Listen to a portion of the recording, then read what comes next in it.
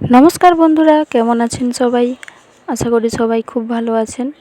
রোজকার মেনুতে আপনাদের অনেক অনেক স্বাগত জানিয়ে আজকের ভিডিওটি শুরু করছি।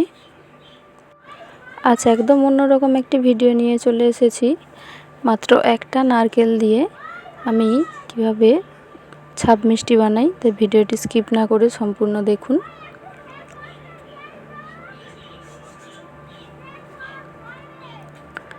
এখানে আমি একটা নারকেল ছাড়িয়ে এভাবে চূড়ো করে নিচ্ছি।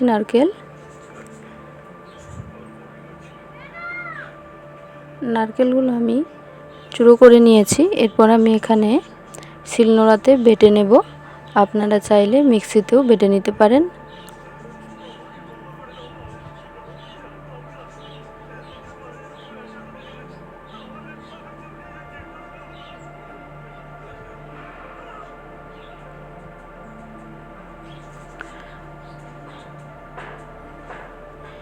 এরপর এখানে আমি প্রায় 150 গ্রাম মতো চিনি দিয়ে দিচ্ছি। দিয়ে নারকেলের সাথে চিনি আমি খুব ভালো করে মাখিয়ে নিচ্ছি।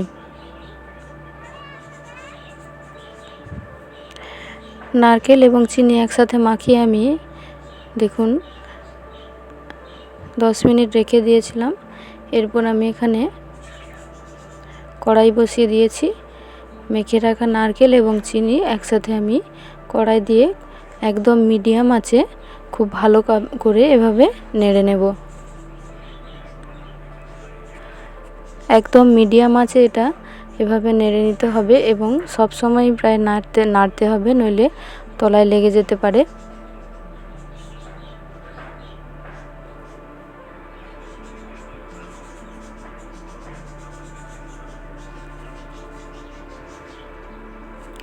এরপর আমি এখানে সামান্য পরিমাণ গুঁড়ো দুধ অ্যাড করছি। অ্যাড করে আমি আবারও খুব ভালো করে নাড়তে থাকব।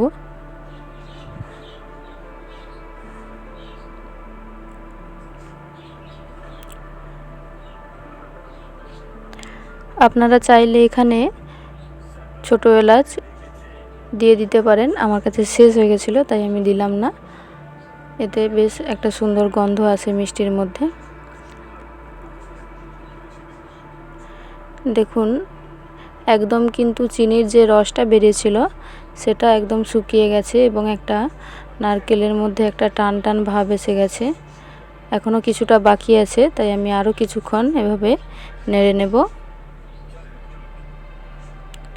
আরও কিছুক্ষণ নেড়ে নেওয়ার পরে দেখুন আমি এভাবে দুটো আঙুল দিয়ে দেখে নিচ্ছি। একটা টান টান ভাব এসে গেলে আমি এটা নামিয়ে নিচ্ছি একটা প্লেটে। নিয়ে আমি কিছুক্ষণের জন্য ঠান্ডা হওয়ার জন্য রেখে দিয়েছি।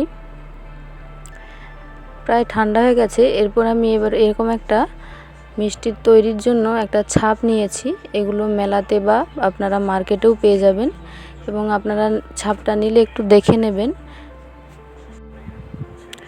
এরপর আমি এভাবে নাড়ুর মতো করে গোল করে নিয়েছি এবং ছাপের মধ্যে কিছুটা ঘি লাগিয়ে এভাবে হাত দিয়ে চেপে চেপে আমি দেখুন এভাবে তৈরি করে নিয়েছি। এরপর আমি হাত দিয়ে এটা ছাড়িয়ে নেব।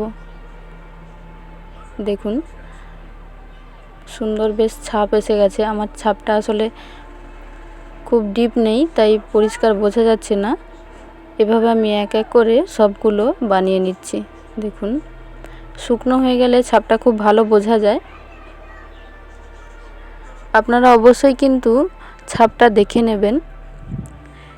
খুব সহজেই এভাবে ছাপ মিষ্টি আপনারা বানিয়ে নিতে পারেন। ভিডিওটি কেমন লাগলো অবশ্যই কমেন্টে জানাবেন এবং ভিডিওটি ভালো লাগলে একটি লাইক করে চ্যানেলটি সাবস্ক্রাইব করে পাশে থাকা বেল আইকনটি অন করে দেবেন এবং ভিডিওটি প্রচুর পরিমাণে শেয়ার করে দেবেন। সবাই ভালো থাকবেন, সুস্থ থাকবেন। দেখা হবে পরের একটি ভিডিওতে।